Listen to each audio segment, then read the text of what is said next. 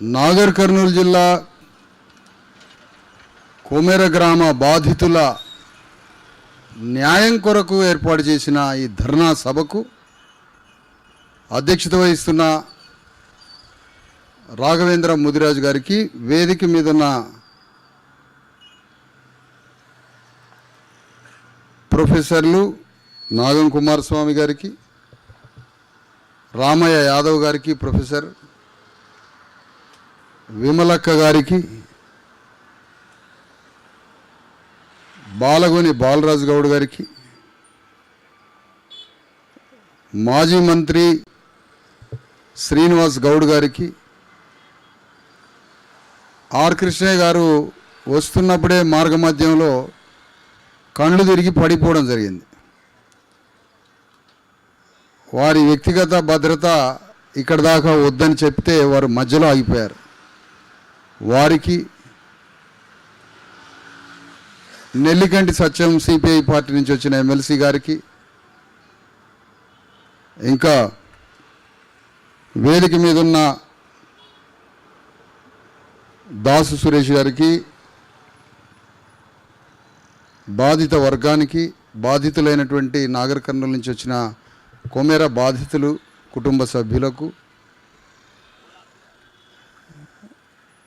BC SC ST JAC ఆధ్వర్యంలో జరుగుతున్న రజక సంఘాల మద్దతు తెలిపిన రజక సంఘాల వివిధ సంఘాల నాయకులందరికీ, రాజ్యం చేతిలో ప్రాణం లేని ఆయుధాల్లాగా, రాజ్యం చేతిలో సొంత అభిప్రాయాలు లేని లాఠీ కర్రలాగా నిలబడ్డ పోలీసులకి,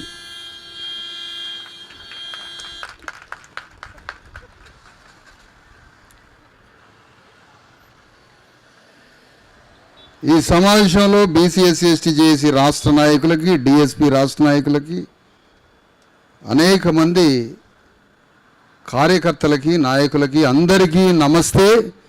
జై బీసీ ఎస్సీ ఎస్టీ తెలంగాణ, జై భారత రాజ్యాంగం తెలియజేస్తా ఉన్నాను.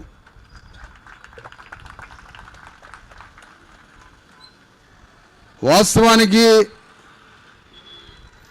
నాగర్ కర్నూలు జిల్లా కొమెర గ్రామంలో ఒక అతి భయంకరమైనటువంటి, క్రూరమైన, కులరకసితో కూడిన సామాజిక వికృత దాడి జరిగింది. ఆ కుటుంబం ఓ బట్టలు ఉతుక్కునే చాకలి కుటుంబం. ఆ ఇంటి తల్లి పేరు చంద్రకళ. ఆ చంద్రకళ ఊరు గుడి మెట్లు కడుగుతుంది, గుడిలో ఉన్న బట్టలు ఉతుకుతుంది, గుడికి కావలసిన చాకలి వాళ్ళ తరఫున చేయాల్సిన చాకిరంతా చేస్తుంది. ఆ ఊరు చాకలి తల్లి కాబట్టి. ఆ తల్లి చాలా గొప్ప హృదయం ఉన్న మనిషి. తన ఇద్దరు బిడ్డలు, తన బిడ్డలకి దళితులను తీసుకొచ్చి అల్లుళ్ళుగా మార్చుకున్నది. కొడుకులకి దళిత స్త్రీలను తీసుకొచ్చి, ఎస్సీ స్త్రీలను తీసుకొచ్చి కోడళ్ళుగా మార్చుకుంది. ఇది ఎవడు ఏ భూమి మీద ఒక కుటుంబం మొత్తాన్ని కులాంతర వివాహాలు చేసిన ఆదర్శ తల్లి చంద్రకళ. రక్తమాంసాలు చిందించి కష్టాన్ని నమ్ముకొని బతుకుతున్న ఒక రజక తల్లి. అలాంటి రజక తల్లి తన బిడ్డల్ని తీసుకొని, కుటుంబాన్ని తీసుకొని ఆ గ్రామంలో ఉన్నటువంటి ఒక మల్లన్న దేవాలయం, కుర్మగోళ్ళ ఆధ్వర్యంలో నడిచే ఆ దేవాలయం, ఆ దేవాలయంలో దర్శనానికి పోయింది. అక్కడ దర్శనంలో వీళ్ళని చూసిన ఆ గ్రామ పరిపాలకులు ఉన్నారు కదా, రెడ్లు ఉన్నారు కదా, గ్రామ ఆధిపతి. ఆ ఆధిపత్య వర్గం వీళ్ళ బట్టలు, వీళ్ళ అవతారం, వీళ్ళ కులం, వీళ్ళ రూపాన్ని చూసి, గుణాన్ని చూడలే, రూపాన్ని చూసి గుళ్ళకి రావద్దు, వచ్చేటట్టయితే 100 రూపాయలు పైసలు కట్టాలని. 100 రూపాయల పైసలు కట్టాలి అన్నప్పుడు ఈ కుటుంబం తల వంచుకోలే. దాడి ఎందుకు జరిగిందంటే, కుటుంబం మీద దాడి ఎందుకు జరిగిందంటే పైసలు ఎందుకు కట్టాలి అని కటిక దరిద్రులైన చాకలి వాళ్ళు ఆ రెడ్డిని నిలదీస్తే నా మీదకి ఎదురు తిరుగుతున్నాడు అన్న దాని దగ్గర దాడి జరిగింది. ఎందుకంటే గణేష్ ఒకసారి లేచి నిలబడమ్మా. గణేష్ చూడడానికి ఒక కార్మికుడు, ఒక చాకలి కులస్తుడు అయినటువంటి ఒక కార్మికుడు చూడడానికి ఇట్లున్నాడు. కానీ మొత్తం ప్రశ్నల వర్షం కురిపించిండు అతని మీద. ఇంకా చెప్పాలంటే ఒక మాటలో ఈ గుడి సాగలోళ్ళ చాకిరితో వెలుగుతున్న గుడిలో నీకెందుకు పైసలు కట్టాలరా అన్నాడు. ఒకటే మాట, ఆ ఒక్క మాటకి ఎదురు తిరిగిండు. అది తిరగడమే కాకుండా అతని యొక్క వికృత మాటలన్నింటినీ ఆ గ్రామంలో ఉన్న వాట్సాప్ గ్రూప్లో పెట్టిన వికృతంగా మా మీద దాడి చేస్తాడు అని ఆ మాటలు తట్టుకోలేకపోయారు. అదే ఒక రెడ్డి అడిగినట్టయితే స్నేహంగా అతని దగ్గర తీసుకొని కాంప్రమైజ్ కావడమో లేదంటే ఇంకో రూపంలో వాళ్ళంతా కలిసిపోయేటోళ్ళు. అడిగింది ఎవరు? ఒక చాకలి ఆయన. నీకెందుకు పైసలు కట్టాలన్నాడు. ఈ రోజుల్లో అందరూ కాంప్రమైజ్ అవుతారు. మీరన్నది కరెక్టే అంటాడు మనోడు. ఈ మధ్య కొత్త ట్రెండ్ అనమాట. స్ట్రైట్ ఫార్వర్డ్గా మాట్లాడటం. చచ్చిపోయారు, మనుషులే చచ్చిపోతారు. అలాంటి కాంప్రమైజ్ అవుతున్న ఈ భూమి మీద స్ట్రైట్ ఫార్వర్డ్గా తల్లి, కొడుకు, భార్య, కుటుంబం అంతా ఎదురు తిరిగి వాళ్ళ ఆత్మాభిమానంతో, ఆత్మగౌరవంతో మేం పైసలు కట్టము అని వాళ్ళ మీద ప్రశ్న వేసింది. వీళ్ళ స్వాభిమానంతో వేసిన ప్రశ్నకే రెడ్డి ఆధిపత్యం తట్టుకోలేకపోయింది.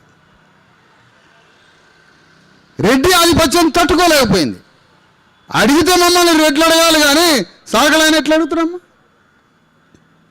అడిగితే మరొక అగ్రవర్ణం ఆయన అడగాలి కానీ సాగలోళ్ళు మాలమాదిగలు ఉన్న కుటుంబం మమ్మల్ని ఎట్లా అడుగుతారయ్యా అన్న దగ్గర మాటకి మాట వాళ్ళొక మాట అంటే వీళ్ళొక మాట ఖచ్చితంగా అంటారు. రోషం ఉన్నోడు అంటాడు, ఆత్మాభిమానం ఉన్నోడు అంటాడు, గల్లా బట్టి కూడా తంతాడు. వీళ్ళు మాటలు అన్నారు బాగా చెప్తుంది అన్నారు. తూకితే అన్నారు. ఆ అన్న మాటలకి వాళ్ళ సైన్యం పెద్దది కాబట్టి, బలిసిన కులం కాబట్టి, శరీర దారుఢ్యం ఉన్నది కాబట్టి, బాగా తిని శారీరక బలం ఉంది కాబట్టి, 6 అడుగుల ఎత్తుతో ఆజానుబాహులుగా ఉన్నారు కాబట్టి వాళ్ళ రక్తంలో బాగా ఆధిపత్య గుణంతో రేవంత్ రెడ్డి అండ చూసుకొని అరికాలుతో రెడ్డి గణేష్ గుండెల మీద గుద్దాడు. రూమ్లోకి తీసుకుపోయి తన్నారు. గణేష్ని కొట్టారు, చంద్రకళ తల్లిని కొట్టారు, కోడలైనటువంటి మహేశ్వరి కోడలైనటువంటి మౌనికని కొట్టారు, కూతురైనటువంటి కీర్తిని కొట్టారు. వీళ్ళందరినీ కొడుతుంటే ఆ కుటుంబంలో అయ్యా కొట్టబాకండి అయ్యా, ఇగో మొన్ననే పాప పుట్టింది వీళ్ళకి, ఒక చిన్న పాప అని బిడ్డను తీసుకుపోయి కాళ్ళ కాడ పడేస్తే కాలుతో తన్నారు. కాలుతో తంతే ఆ టెర్రరైజ్ అయినటువంటి వాతావరణం, భయాందోళన. 2 నెలల పాపకి భాష తెలియదు, జ్ఞానం తెలియదు, భయపడమే తెలుస్తుంది. ఆ భయంలో జ్వరం వచ్చి పాలు బంద్ చేసి చచ్చిపోయింది 2 రోజులలో. తీస్మార్కాన్ పోలీసులు ఏమంటారంటే ఏడన్నా గాయం తగిలిందా అని అంటారట. బిడ్డలకి, ఆ చనిపోయిన పాపకి. చైల్డ్ సైకాలజిస్టులు కలకట్టాలో, హైదరాబాదులో, ఢిల్లీలో ఉన్న వాళ్ళని నేను అడిగితే పోస్ట్ మార్టంలో రిపోర్టు తెలియదు, టెర్రరైజ్ అయ్యి భయపడి లోపల దిగులు పడి ఒక భయంకరమైన కలలు వచ్చి జ్వరం వచ్చి పాలు బంద్ చేసి చచ్చిపోతారు అని చెప్పిండ్రు వాళ్ళు. కానీ పోలీసులు అడుగుతున్నది ఏంటంటే పోస్ట్ మార్టం రిపోర్టుల ఏమైనా గాయాలు తగిలినాయా అంటాడు.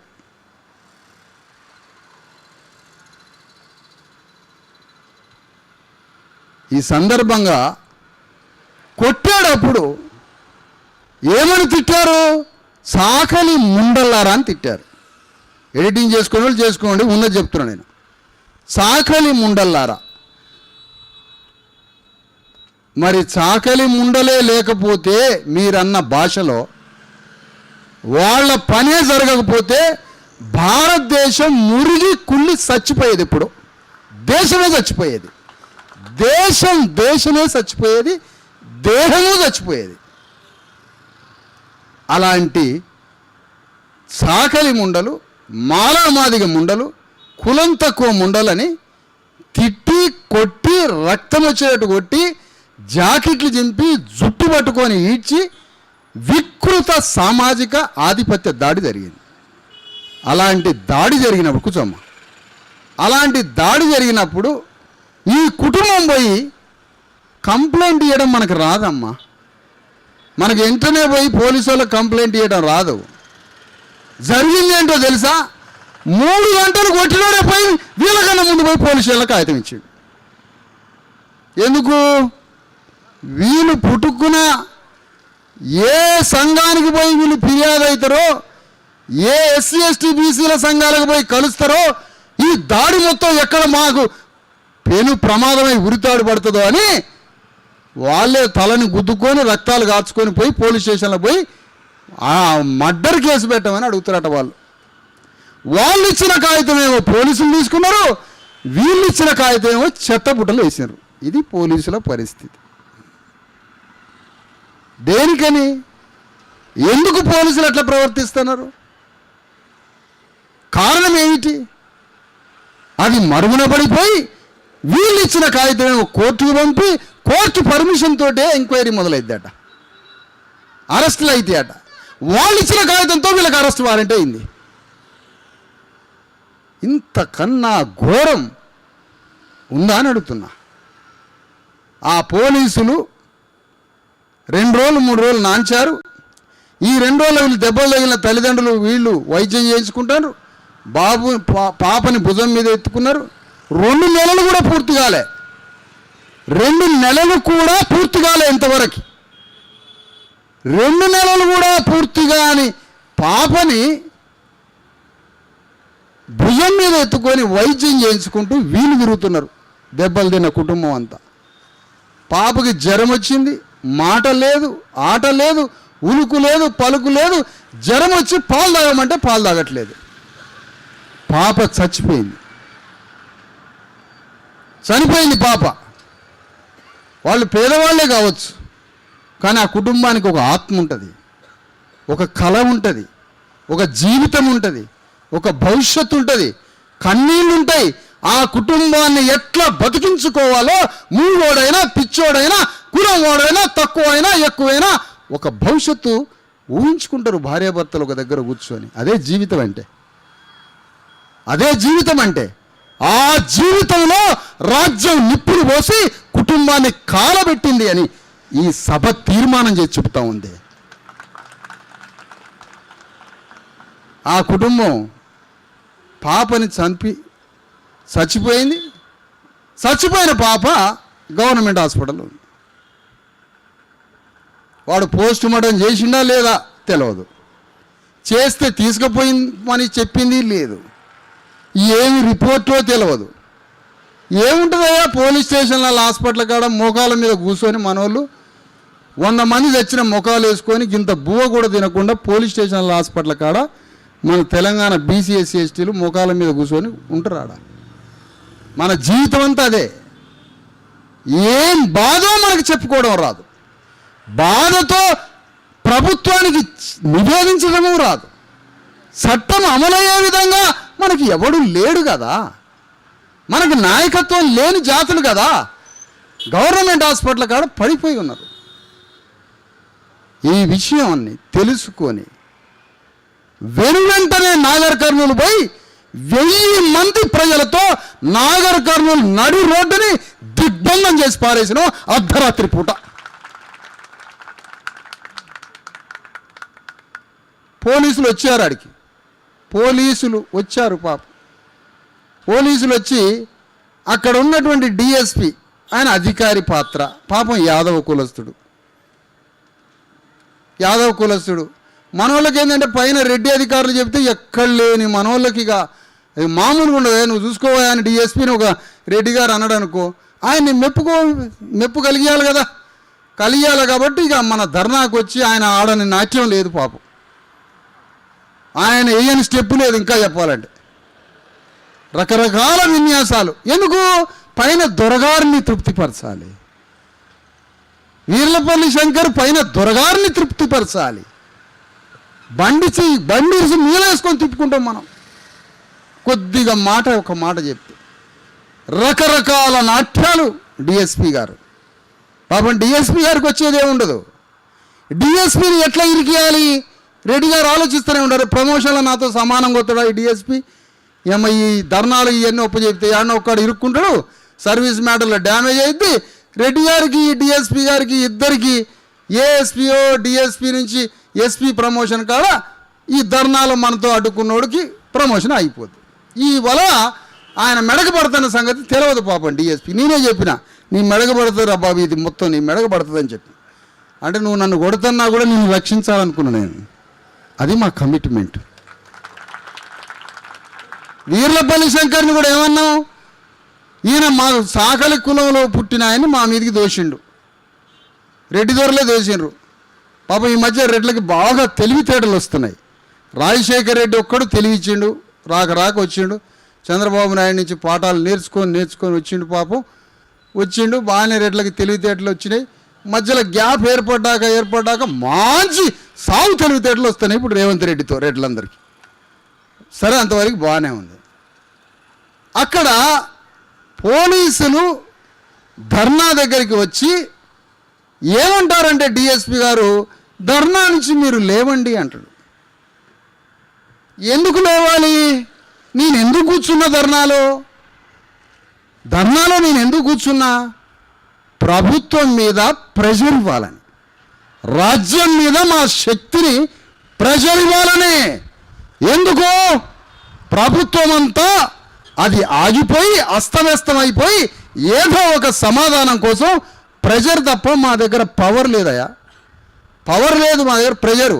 అట్లానే మా ప్రెజరు అన్కాన్స్టిట్యూషన్ కాదు, అన్డెమోక్రాటిక్ కాదు, డెమోక్రాటిక్ ప్రెజర్ ఇచ్చినాం. మొత్తం మీదేసుకున్నాడు డిఎస్పి. ఆడికి ఎస్ఐ వచ్చినాడు వీళ్ళని గుంజుకపోయినోడు అని. ఇక ఆ ఎస్ఐ చంపలే బాత్యం ఎట్లా ముఖమంతం మాడిద్దో డిఎస్పి భుజం చాటం దాక్కుంటాడు పాపం ఆడపిల్లలాగా. అప్పటిదాకానే వీళ్ళ మీద శైర్య విహారం చేసిండు.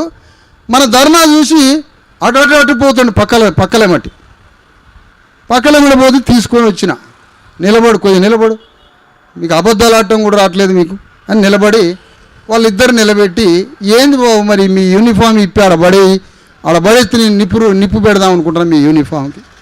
ఎందుకు నీకు యూనిఫామ్ అంటే సామ్రాట్ అశోక చక్రవర్తి సింబల్ ఉందయా యూనిఫామ్ మీద. అలాంటి అశోక చక్రవర్తి ఉన్నటువంటి సింబల్ ఉన్న యూనిఫామ్తో నీ దగ్గర సత్యం లేదు, ధైర్యం లేదు, నీతి లేదు, నిజాయితీ లేదు, ఆత్మ లేదు, నీది జీవితమే కాదు. ఎందుకయ్యా నీకు యూనిఫామ్? ఆడబడే పెట్రోల్ పోసి నిప్పు పెడతా అని చెప్పిన. ఎందుకు నాన్న నీకు యూనిఫామ్?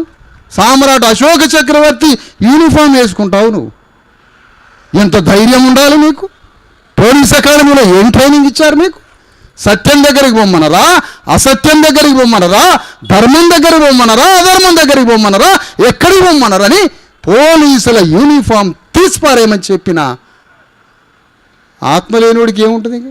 నువ్వు ఏదంటే ఈ మాట అంటున్నావు, పోలీసు అని నవ్వుతున్నాడు పాపం. అదే నవ్వుతా ఉన్నాడు.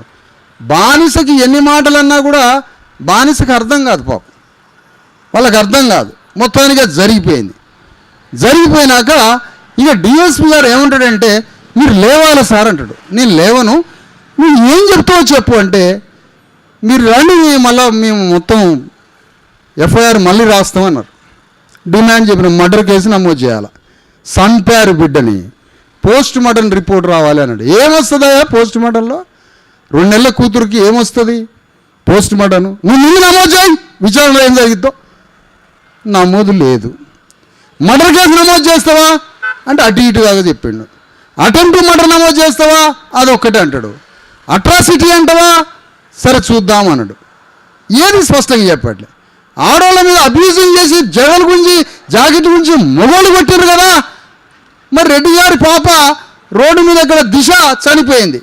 ఎమ్మటే ఆయనకు అక్కడ చేరారు నజర్, వారి పేరేంటి, సజ్జనార్ గారు అక్కడ చేరారు. వారు చేరి గన్ను తీసుకొని ఫట ఫట ఫట ఫట ఫట అని కూలీనాలి పని చేసే రక్తం చిందించే 6 పోరాలను చంపిండు. సజ్జనార్ బాయ్, ఇంకో నువ్వు 5-10 ఏళ్ళు ఉండాలి మేము రాజ్యం వచ్చాక. నీ గన్నుతోటే కాల్పిస్తా, మొత్తాన్ని నీ గన్నుతోటే కాల్పిస్తా నేను. ఫ్యూచర్లో ఉండాలి 5 ఏళ్ళు కాదు 10 ఏళ్ళు ఉండాలా. నీ పిస్టల్కే పని చెప్తా, నేనే పని చెప్తా. నీ గన్నుకి పని చెప్పే రోజులు వస్తున్నాయి. నువ్వు సర్వీసులో ఉండు. సజ్జనారులాగా ఎవరన్నా ఉండాలనుకున్నా ఉండండి. ఈయన రిటైర్ అయినా ఆయనకి నేను పని చెప్తా. టైం ఉన్నదాగండి. పగ ప్రతీకారాలతో బతకడమే ఆత్మగౌరవ జీవితం. పగ లేకపోతే ప్రతీకారం లేకపోతే ఆడ బండి సావరాదు. బండి కింద పడి ఇంటిందాకి సావరాదు. బావర్చిలో బిర్యానీ సావు లాస్ట్కి పోయి. దాని మీదనే మన దృష్టి అంతా బావర్చి ఏంటి ఉంది అదే. అందుకనే లాస్ట్కి పోలీస్ స్టేషన్కి 6 గంటల ధర్నా చేశాక మేము ఆ కేసులు పెడతాం ఈ కేసులు పెడతాం అని 3 గంటలు తీసుకుపోయారు పోలీస్ స్టేషన్ రోడ్డు మించి. తీసుకుపోయిన తర్వాత రోడ్డు మీద నుంచి ఆ ధర్నా నుంచి పోయే ముందు ఎస్పీ గారు ఫోన్ చేశారు. ఏమిటి బ్లాక్మెయిల్ చేస్తున్నారా మీరు? ఆయనకి తెలుగు రాదట. ఏమిటి బ్లాక్మెయిల్ చేస్తున్నారా అంటాడు ఆయన. పాపం ఈ ఎస్పీలకి ఏం జ్ఞానం ఉంటుందో, వాళ్ళు పిచ్చోళ్ళు మంచోళ్ళు లేదా అది రాహుల్ గాంధీ బ్యాచో మనకు తెలియదు, పూర్తిగా తెలియదు క్లియర్గా. మనకు పిచ్చోడు దొరికింది నేషనల్లో. మీరు ఏమిటి బ్లాక్మెయిల్ చేస్తున్నారా అని నాకు అంటాడు. ఎందుకు నువ్వు చంపుతున్నావా మా వాళ్ళనే నేనన్నా. అందరిని వరుస పెట్టి చంపుతున్నావా? ఇంకా నేను చంపుతున్నా అనలే వాడికి తెలుగు రాక. మొత్తానికి నాకు బ్లాక్మెయిల్ చేస్తున్నావా అన్నాడు. ఓకే, అంతవరకు అయిపోయింది. నీకు బ్లాక్మెయిల్ చేయట్లేదు, ఇది బ్లాక్ బెల్ట్ కాదు, బ్లాక్మెయిల్ చేయట్లేదు అని అక్కడి నుంచి పోలీస్ స్టేషన్కి వచ్చినాయా. అక్కడ దాకా డిఎస్పీ బతిలాడి దండం దశకం పెట్టి పోలీస్ స్టేషన్కి పోయినాక పత్తా కనపడ్డావు. కనీసం పోలీస్ స్టేషన్లో భోజనం చేస్తా సార్ 2:30కి నాకు చిన్న రూమ్ చూపించండి అంటే ఈడ భోజనం చేయడం కుదరదు అన్నాడు. అంటే రోడ్డు నుంచి మొత్తానికి పోలీస్ స్టేషన్ తీసుకొచ్చిండుగా, ఆయన పని అయిపోయింది. సరే మొత్తానికి ఎఫ్ఐఆర్ మొత్తం కేసు అంతా మళ్ళా రికార్డ్ చేసిండు, మొత్తం రాసిండు. ఆ రాసిన దాని తర్వాత ఇక ఆ హామీ ఆ రోజు రోడ్డు మీద ఇచ్చిన హామీ ఏంటంటే ఎఫ్ఐఆర్ నమోదు చేస్తాం, రిమాండ్ చేస్తాం, అవసరమైతే ఈ రాత్రి చేస్తాం లేదా రేపు ఉదయం వరకు చేస్తాం, మధ్యాహ్నం వరకు చేస్తాం అన్నాడు. వాళ్ళ మీద కొద్దిగా కొంచెమే ఒక పాయింట్ అనుకొని సరే పొద్దున్నే అంత అయిపోయింది. 4 గంటలకు రిటర్న్ అయినా సార్. మరి రిమాండ్ చేసిరంటే వాళ్ళని పట్టుకొచ్చి ఒక గదిలో పెట్టినా అన్నాడు. ఏ గదిలో పెట్టినామంటే పోలీస్ స్టేషన్ లేదు, వేరే ప్రైవేట్ రూమ్లో పెట్టినా అన్నాడు. ప్రైవేట్ రూమ్లో పెట్టినా అన్నాడు. ప్రైవేట్ రూమ్లో ఎడబెట్టిండు. మధ్యాహ్నం లేడు, సాయంత్రం వరకు పత్తా లేడు, అరెస్టు లేదు, రిమాండ్ లేదు, ఏమీ లేదు. మాయ చేసి వెళ్ళిపోయాడు. అది తెలుసుకున్నాక వెంటనే మధ్యాహ్నం నాగర్ కర్నూలులో ధర్నా శిబిరం మొదలుపెట్టినాం అనుమానంతో. ధర్నా శిబిరంలో 150 మందితో ధర్నా మొదలైంది. మొదటి రోజు, 2వ రోజు, 3వ రోజు, 4వ రోజు వరకు ధర్నా మొదలైన అరెస్ట్ లేదు, రిమాండ్ లేదు, ఏమీ లేదు. ఎందుకు చేయట్లేదు రిమాండు? ఏదో పైనుంచి శక్తి వస్తుంది పోలీసు వాళ్ళ మీదకి. ఇప్పుడు నేను ఒకటి ప్రూవ్ చేయబోతున్నా మీ మీద.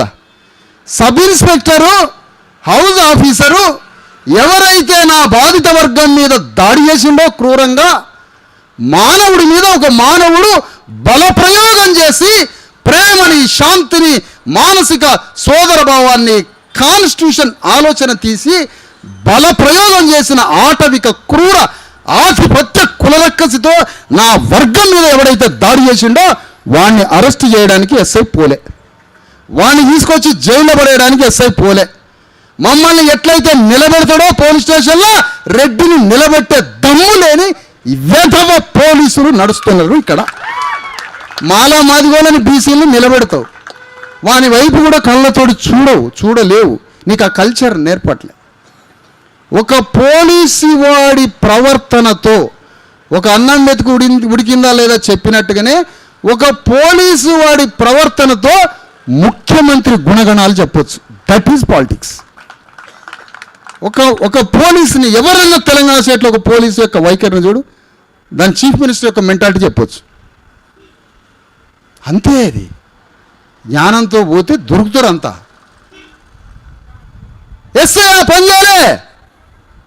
ఎస్ఐకి తన అశోక చక్రవర్తి ఇచ్చినటువంటి ఆ యూనిఫామ్తో ఆ ఊరు పోయి వెహికల్తో పోయి సింగంలాగా పోయి వాడిని ఈడ్చుకొచ్చి జీబుకి తాళ్లతో కట్టి పోలీస్ స్టేషన్ దాకా తుకారం రెడ్డిని ఎందుకు ఈడ్చగా రాలేదు ఈ పోలీసుని అడుగుతున్నా నేను ఈ వేదిక మీద నుంచి. నన్నెందుకు ఇక్కడికి వస్తావు? నా జాతిని ఒకడు దొరకకపోతే, మాలా మాదివాడు దొరకకపోయినా, బీసీ వాడు దొరకకపోయినా, ముసలోళ్ళైన తల్లిదండ్రులను కూడా పోలీస్ స్టేషన్కి ఈడ్చుకొచ్చి అక్కల్ని, అయ్యల్ని, అమ్మల్ని, నాన్నల్ని ఎముకలు ఇరగొట్టి నీ కొడుకు ఎక్కడ రాని కొడుకు వచ్చిందాకా నా తల్లిదండ్రులు పోలీస్ స్టేషన్లో వేసిన పోలీసోడు రెడ్డిని ఎందుకు ఈడ్చుక రాలేదని అడుగుతున్నారా వేదిక మీద నుంచి? బుద్ధి తక్కువ, జ్ఞానం లేకనా, ఆత్మ లేకనా, కుటుంబాలు లేకనా, నెత్తురుకూడు బిడ్డలకి పెట్టడానిక ఈ లంగా పనులు చేస్తుందని అడుగుతున్నా. నెత్తురుకూడు పోయడానిక? నెత్తురుకూడా మీకు కావాల్సింది? ఎంత నెత్తురుకూడు తిన్నా చచ్చిపోతావుగా 50 ఏళ్ళకి 60 ఏళ్ళకి. నీకు అదనంగా బతికేది లేదుగా, అదేగా లిమిటేషన్. అట్లా చేసిండ్రు, ఒక్కడిని పట్టుకరాలే. ఇప్పుడు సబ్ ఇన్స్పెక్టరు ఎందుకు చేయలేదే అరెస్ట్ అంటే, నా మీద ఉన్న సిఐ చెప్పలేదు సార్ అని.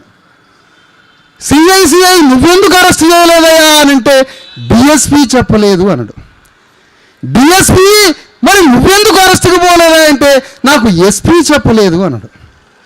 ఎస్పీ మరి నువ్వెందుకు అరెస్ట్కి నువ్వు హుకుం జారీ చేయలేదు, ఒక జిల్లాకి పోలీస్ అధికారివి కదా, నువ్వెందుకు బాధితుల మీద దాడి చేసిన వాడిని, బాధితుడి మీద బల ప్రయోగంతో దాడి చేసిన దుర్మార్గుడిని నువ్వెందుకు అరెస్ట్ చేయలేదు superintendent of police mister Nagar Kurnool SP అని అడిగితే, నా మీద ఒకడి ఆధిపత్యం ఉన్నది సార్. ఎవరతను? డిఐజీ ఎందుకు అరెస్ట్ చేయడానికి పంపలేదు? నా మీద ఇంకొకళ్ళ ఆధిపత్యం ఉంది సార్, ఐజీ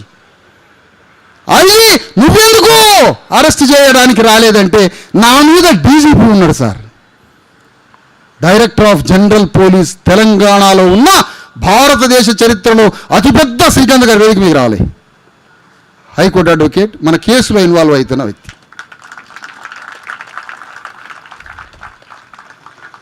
ఇక్కడ చాలా కథ వినాలి మీరు. లైను డీజీపీ గారు భారతదేశంలో అత్యంత బలమైన తెలంగాణ పోలీసులకి ఒక అధిపతి డీజీపీ గారు.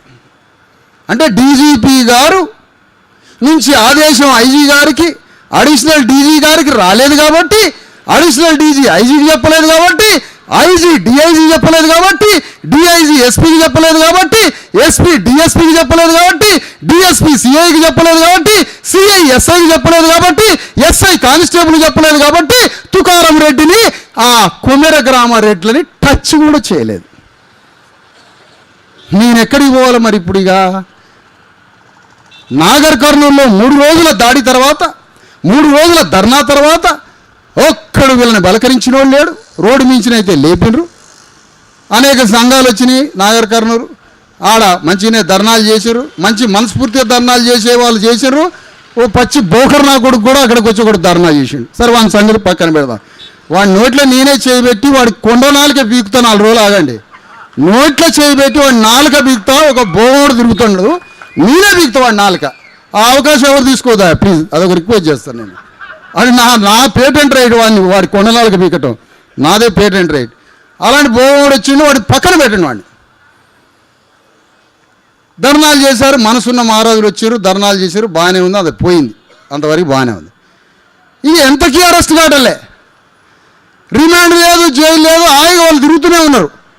తిరిగేటోళ్ళు ఏం చేశారంటే ధర్నా శిబిరం ఇన్ని రోజులు నడుపుతూ మా ఇజ్జత్ పోతుంది, పోలీస్ డిపార్ట్మెంట్ది మా ఇజ్జత్ పోతుంది. ఎందుకు? ప్రపంచానికి తెలిసిపోయింది. ఈరోజు లండన్లో, అమెరికాలో ధర్నాలు చేస్తున్నారు పసిబిడ్డ కోసం. ఫలానా ఫలానా ఫలానా ఉద్యమం, ఫలానా వాళ్ళు చేసిన ఉద్యమం అని లండన్లో మొదటిసారిగా విదేశాల్లో కమ్మారెడ్ల సంఘాలని దాటుకొని లండన్లో, అమెరికాలో ఉన్న బీసీఎస్ ఎస్టీలు ఒకటై ఈ పాపకండగా నిలబడ్డారు. గ్లోబ్ మొత్తం, భూగోళం మొత్తం, భూగోళం మొత్తం.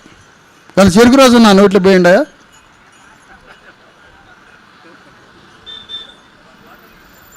వాటర్ వదిలేండి, చెరుకు రసం. ఆ విధంగా ఆ జిల్లాలో ఎక్కడి నుంచి ఆదేశం లేదు. చివరికి బాధితులందరినీ లెక్క పెట్టట్లేదు పోలీసు. ప్రపంచమంతా తెలిసిపోతా ఉంది. అయినా పోలీసులకు భయం లేదు. ఇక వాళ్ళు ఏం నిర్ణయించుకున్నారంటే, ఈ అమ్మ ధర్నా వీళ్ళే చేస్తారా, ధర్నా దాడి చేసిన రెడ్లతో కూడా చేపిస్తే ఏం ప్లాన్ అయ్యే వీళ్ళది అని జ్ఞానవంతులైన మనసున్న రెడ్ల గురించి మాట్లాడలే. ఖమ్మం భూదాన యజ్ఞంలో రాజేందర్ రెడ్డి అని మొత్తం అణగారిన వర్గాలకి భూములు అందించిన మేధావి, మానవతావాది ఉన్నాడు. అలాంటి వాడు పక్షాన నిలబడతాం బీసీఎస్ ఎస్టీలమంతా. కానీ అలాంటి ఒకడో ఇద్దరు ఉన్న మంచోళ్ళకి వస్తుంది కదా చెడ్డ పేరు. ఈ బడ్లు బైరాగుల వల్ల వాళ్ళకి వస్తుంది కదా. హైకోర్టు, సుప్రీంకోర్టు పైన జీవన్ రెడ్డి అడ్వకేట్ జడ్జి, ఆయన గొప్ప మనసున్నాడు కదా. అందుకని మొత్తానికి ప్రపంచమంతా తెలిసిపోయేసరికి ఆత్మరక్షణలో పడ్డ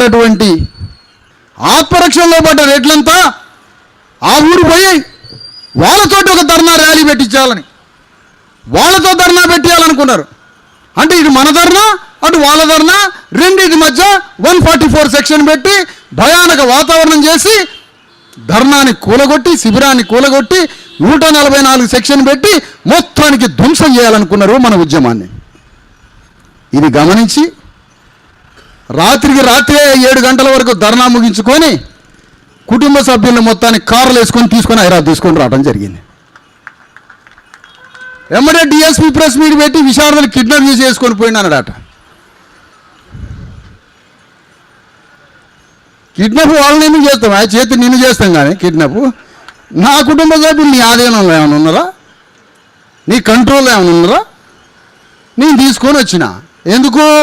నువ్వు నా వర్గానికి, నా బాధిత వర్గానికి నువ్వు రక్షణ కల్పించకుండా డిస్టర్బ్ చేస్తున్నావు కాబట్టి తీసుకొని వచ్చి ఆ రోజు 10:30కి 11 గంటలకి ప్రెస్ మీట్ పెట్టి, అయ్యా డీజీపీ గారిని కలవడానికి నేను తీసుకొచ్చుకున్నా, ఏమైనా పోలీసులకు అసౌకర్యం కలిగితే చింతిస్తున్నానని చెప్పి పొద్దునే డీజీపీ గారి దగ్గర తీసుకొని ఆర్ కృష్ణయ్య గారిని, హైకోర్టు ఉమ్మడి హైకోర్టు జడ్జి ఈశ్వరయ్య గారిని, పెద్దలందరినీ తీసుకొని పోయి ఎక్కడికి డీజీపీ గారిని కలవడానికి పోయాను.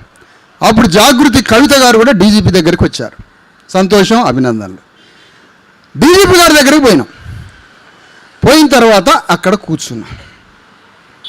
ఎందుకు చెప్తున్నానంటే, ఎందుకు నేను డీజీపీ దగ్గరికి పోయానో చెప్తా.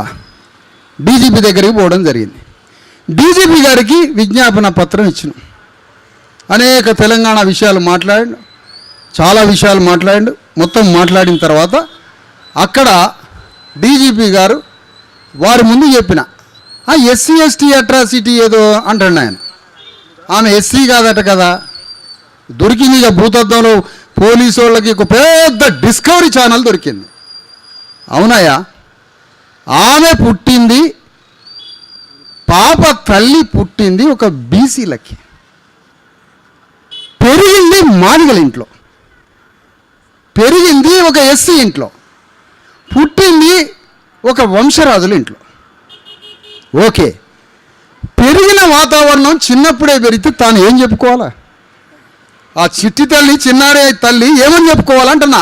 ఆ పెరిగిన ఆ సమయంలో, ఆ వయసులో ఆమె ఏం చెప్పుకుంటుంది? నా కులం ఆ వయసులో తెలుస్తుందా? చిన్న తల్లికి అప్పుడు తెలియదు. అట్లనే పెరిగింది. కానీ ఒక సుప్రీంకోర్టు ఉంది ఆర్డర్, తాను పెరిగిందే. సరే అది కూడా తీసేవాయా, అది కూడా తీసేయి, ఆమె పుట్టింది బీసీలకి, ఎస్సీ ఇళ్లలో పెరిగింది, అది కూడా అప్లై కాదన్నాం. మరి రెండో అమ్మాయి ఉందిగా, ఇంకో కోడలు ఉంది కదా, ఆ ఇంకో కోడలు కూడా బయట నుంచి వచ్చినటువంటి ఒక ఎస్సీ మాల కులస్తురాలు కదా, మరి ఆమె జాకెట్లు దింపి ఆమెను కూడా కులం పేరుతో తిట్టి కొట్టి కర్రలు తీసుకొని దాడి చేశారు కదా, మరి ఎస్సీ ఎస్టీ అట్రాసిటీ ఇంప్లిమెంట్ కావాలిగా డీజీపీ గారు అంటే మౌనంగా ఉన్నాడు. సమాధానం లేదు. సమాధానం లేదు. సమాధానం లేనప్పుడు అక్కడ సమాధానం ఇవ్వలేకపోయాడు. మరి సార్ అబ్యూజింగ్ మహిళల మీద దాడి చేసి, పురుషులే దాడి చేసి కొడితే వాళ్ళ మీద మహిళా సెక్షన్స్ అమలు కావా సార్? మాలాంటి లేబర్ని బీసీ ఎస్సీ ఎస్టీ కూలీనాలు చేసుకునే వాళ్ళని కొడితే మహిళా సెక్షన్స్ అమలు కావా? అగ్రకుల స్త్రీల మీద జరిగితేనే అమలు అవుతాయా? దానికి సమాధానం లేదు. మర్డర్ కేసు ఎందుకు పెట్టరు సార్? ముందు ఆరోపణకి పెట్టి విచారణ తర్వాత ముందు మర్డర్ కేసు పెట్టాలి కదా, అంటే పోస్ట్ మార్టం రిపోర్ట్ రావాలి. అంటే మహిళా సెక్షన్ పెట్టరు, మర్డర్ కేసు పెట్టరు, అట్రాసిటీ యాక్ట్ పెట్టరు. ఏం పెట్టిర్రు? Attempt to murder. నేను ఈ 3 చట్టాలు 3 సెక్షన్లు పెట్టాలి, ఇమీడియట్గా వాళ్ళని రిమాండ్ చేయాలని డీజీపీ గారికి చెప్పి మేమంతా బయటికి రావడం జరిగింది. డీజీపీ గారు ఎలాంటి తృప్తికరంగా మాకు హామీ ఇవ్వలేదు, విచారిస్తున్నామని చెప్పాడు, విచారించి న్యాయం చేస్తామన్నాడు. అయినా మిమ్మల్ని నమ్ముతున్నాం అన్న. ఇవాళ 6వ రోజు, రేపటికి వారం రోజులు గడుస్తున్న డీజీపీ నుంచి ఒక్క కదలిక లేదు. మరి ఈ 4 రోజులు ఏం చేసినాం? 5 రోజులు హైదరాబాద్లో ఉమెన్ కమిషన్ని, చైల్డ్ ప్రొటెక్ట్ కమిటీని, మానవ హక్కుల హెచ్ఆర్సీని అందరి దగ్గరికి పోయి చెప్పిన విషయం అంతా. హైదరాబాద్లో ఉన్న అనేక మంది రకరకాల ఉద్యమకారులు, సంఘాలు, పార్టీ నాయకులు వాళ్ళని వచ్చి కలిశారు. వాళ్ళు కొంతమంది దగ్గరికి పోయారు, వీళ్ళు వచ్చారు, అనేక మంది వచ్చి వాళ్ళ సంఘీభావం తెలిపారు. 2 రోజులు వీళ్ళకి ఆరోగ్యం బాగలేదు. ఆ రోజు డీజీపీ గారికి చెప్పి, అయ్యా నేను నాగర్ కర్నూలు నుంచి తీసుకొచ్చింది వాస్తవమే, కానీ ఇగో మీ ఆధీనంలో మీకు చూపిస్తున్నా, కానీ వాళ్ళు నా దగ్గరే ఉన్నప్పటికీ షెల్టరు నేను మీ ముందు హాజరుపరుస్తున్నా, మీరు భద్రత కల్పియండి. వాళ్ళకన్నా 0 భద్రత లేదు. నాగర్ కర్నూలు అయితే భద్రత కల్పించగల, కానీ నేను ఎట్లా కల్పిస్తా అన్నాడు. భద్రత లేదు. వాళ్ళకి పెట్టినట్టు మేము అడిగిన సెక్షన్లతో రిమాండ్ చేసింది లేదు. డీజీపీ గారి నుంచి ఎలాంటి లేదు. ఇప్పుడు నేనేమనుకున్నానంటే, జాగ్రత్తగా వినాలి మీరు. పోలీసు ఆయన పోలేదు అరెస్ట్ చేయడానికి, ఎస్ఐ చెప్పలేదు, దానికి ఎస్ఐ అరెస్టుకి పోలే, సిఐ చెప్పలేదు, సిఐ అరెస్టుకి పోలే, ఆయన మీద డిఎస్పీ చెప్పలేదు, డిఎస్పీ అరెస్టుకి పోలే, ఆయన మీద ఎస్పీ చెప్పలేదు, ఎస్పీ అరెస్టుకి పోలే, ఆయన మీద డిఐజీ చెప్పలేదు, డిఐజీ పోలే, ఆయన మీద ఐజీ చెప్పలేదు, ఐజీ పోలేదు, డీజీపీ చెప్పలేదు. మరి డీజీపీ బాధిత వర్గం యొక్క ఘోష విన్న తర్వాత నిందితులు దుర్మార్గులని తేలిపోతున్నా డీజీపీ ఎందుకు అరెస్టుకి ఆదేశించలేదంటే, డీజీపీకి రేవంత్ రెడ్డి చెప్పలేదని రుజువు అవుతున్నది. ఎందుకంటే డీజీపీ రేవంత్ రెడ్డి చెప్తే వింటాడట, వింటాడు, ఆయన వింటాడు. రేవంత్ రెడ్డి గారు చెప్పాలి. పాపం రేవంత్ రెడ్డి గారు ఏదో బైబిల్లో ఒక సామెత ఉంది, వాడు లోకమంతను జయించను ఆత్మను కోల్పోయాను అన్నది. ఈ రేవంత్ రెడ్డి అంతగా జయిస్తాడు కానీ ఆత్మలే కోల్పోయాడు. పాపం ఆత్మను కోల్పోయాడు. టెన్షన్ తిరుగుతున్నాడు పాపం. ప్రపంచమంతా తూ అని ఊస్తుంది తెలంగాణ రాష్ట్ర ప్రభుత్వాన్ని. చచ్చిపోయినావు నువ్వు ఆల్రెడీ. డెత్, పాప డెత్ అయిన రోజే డెత్ అయిపోయినావు నువ్వు. పాప చచ్చిపోయిన రోజే నైతికంగా తెలంగాణ గవర్నమెంట్ డెత్ చచ్చిపోయింది. రేవంత్ రెడ్డి పైసలు పెట్టకుండా పోటీ చేస్తే, రేవంత్ రెడ్డి మందు దాపియకుండా, మాంసం పంచకుండా, పైసలు పెట్టకుండా పోటీ చేస్తే పాప తల్లి మౌనికతో ఓడిస్తా నిన్ను. పాప తల్లి మౌనికతో ఓడించి పారేస్తా. నువ్వు పైసలు పెట్టకుండా రా, నువ్వు బయటికి ఎన్నికల్లో ఓడిస్తా. పాప తల్లిని తీసుకుపోయి ఎన్నికల్లో నిలబెట్టి ఏమనుకుంటుండో. ప్రజాస్వామ్య సుగంధం నుంచి పుట్టిన ఉద్యమం మాది. అంబేద్కర్ గుండెల నుంచి పుట్టుకొచ్చి కాన్సీరాం ఖడ్గం తిప్పాలనుకుంటున్న తెలంగాణలో. ఏం రాజ్యం నీ రాజ్యం? రాజ్యం బడ్డు రాజ్యం. ఏం రాజ్యం అంటే గుంపు మేస్త్రివా కంపు మేస్త్రివా నువ్వు? అసలు ఇది రాజ్యం అనేది వల్లకాడ. ఆఫ్టర్ ఆల్ ఎఫ్ఐఆర్ చేసి రిమాండ్ చేసే ధైర్యం లేదు నీకు? ఒక ముఖ్యమంత్రి తుకారావు రెడ్డిని అరెస్ట్ చేయలేనాడు, నువ్వు ఒక ముఖ్యమంత్రివా? డేర్ ఉండాలి, మనిషికి ధైర్యం ఉండాలి. ముఖ్యమంత్రి అంటే హ్యుమానిటీ ఉండాలి, క్రియేటివిటీ ఉండాలి, ధైర్యం ఉండాలి. 3 లక్షణాలు ఉన్నాడు ముఖ్యమంత్రి. నీకు క్రియేటివిటీ లేదు, ధైర్యం లేదు, మానవత్వం అంతకన్నా లేదు. మరి నీ పనేంటి? మేనేజ్మెంట్ చేయడం, పైసలు పంచడం, అబద్ధాలు ఆడడం, యాంటీ కాన్స్టిట్యూషన్ మిషన్ మైండ్ అనేది, రాజ్యాంగ వ్యతిరేక శక్తి విను. కేసీఆర్ గుణం, చంద్రబాబు నాయుడు గుణం, రాజశేఖర్ రెడ్డి గుణం 3 మిక్సీలో వేస్తే బయటకు వచ్చే దొంగే రేవంత్ రెడ్డి. ఇది నేను ముఖ్యమంత్రి ఆయన అయినాక చెప్పిన ఎమ్మటే తెల్లారి చెప్పిన వస్తున్నాడు ఇట్లా క్యారెక్టర్ ఒకటి వస్తుందని. ఎందుకు ఆ ముఖ్యమంత్రి పీఠం? పేదవాడికి గౌరవాన్ని ఇవ్వలేని వాడు, పేదవాడికి అన్నం పెట్టి పేదవాడిని గౌరవించి అతన్ని దేవుడుగా చూడలేని రాజ్యం ఎందుకు అంటున్నా.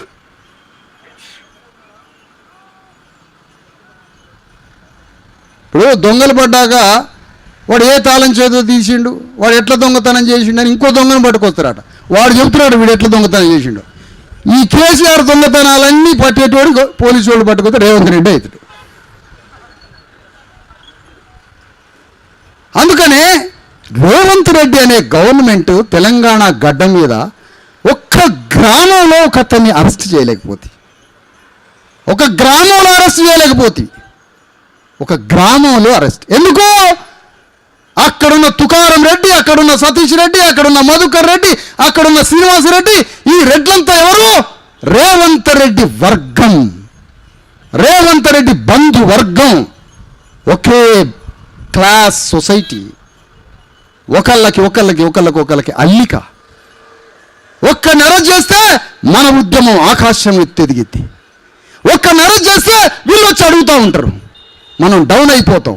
ఒక్కసారి మనం డౌన్ అయిపోతే బీసీఎస్ఎస్టీ ఉద్యమం అగ్నిలాగా అంటుకుంటుంది. కాబట్టి వాళ్ళు ఎంత ధర్నా చేసినా మనం మాట వినొద్దు అని రేవంత్ రెడ్డి నిర్ణయం తీసుకున్నారు. ఇది రేవంత్ రెడ్డి తీసుకున్న నిర్ణయం.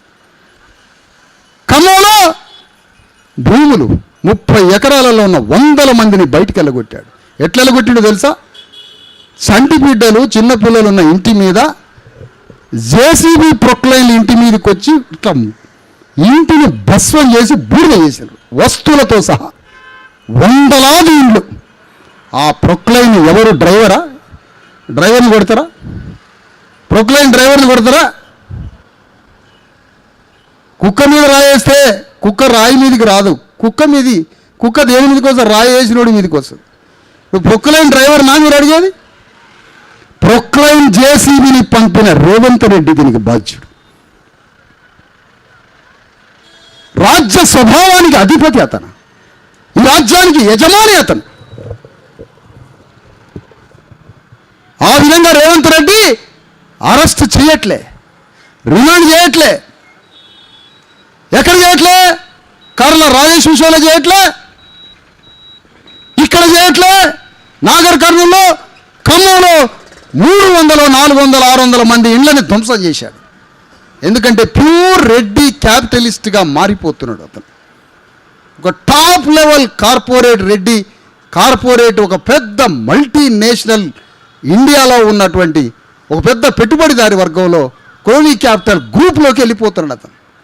4th సిటీ లాగా ప్రతి మండలాన్ని చేయబోతున్నాడు.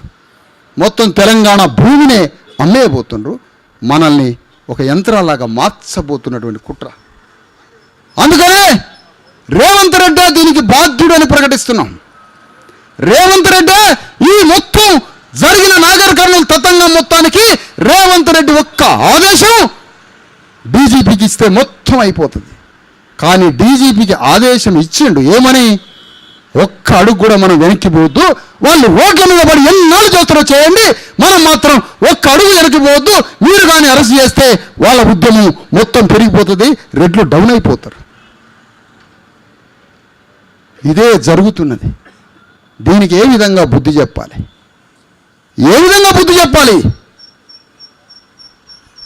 మన పోరాటం ఆపొద్దు.